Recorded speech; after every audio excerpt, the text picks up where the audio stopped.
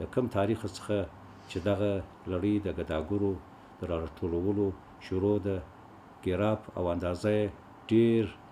سیر نزولي ته کړی دی په هغه اندازه باندې چې مخکې ګداګر او فقرا په هغه ساحو کې شتون درلود اوس په ډیر ندرت سره هلته معلومیږي کوشش او تصمیم دا دی چې انشاءالله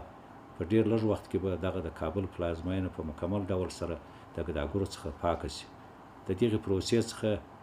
په مکمل ډول سره انشاءالله تاسو د نږدې څخه وینئ راځي یو کوشش کوو چې دغه پروسه په کامیابی سره د خداوند متعال لا یزال پای ته ورسیږي اطمینان او ډاډ کوو چې د کابل د پروسې د پای ته رسولو لپاره نظر او تصمیم مدادي د عمراو د هدایت او لارښوونې مطابق چې دغه لړۍ د نور ولایتو ته هم وغځوو چې په هغه طریقه سره لکه د کابل پلازمینه چې د ګداګرو فقراو څخه پاکه شوې ده د ولایتو ساحه هم د دغو ګداګرو فقراو څخه پاکه شي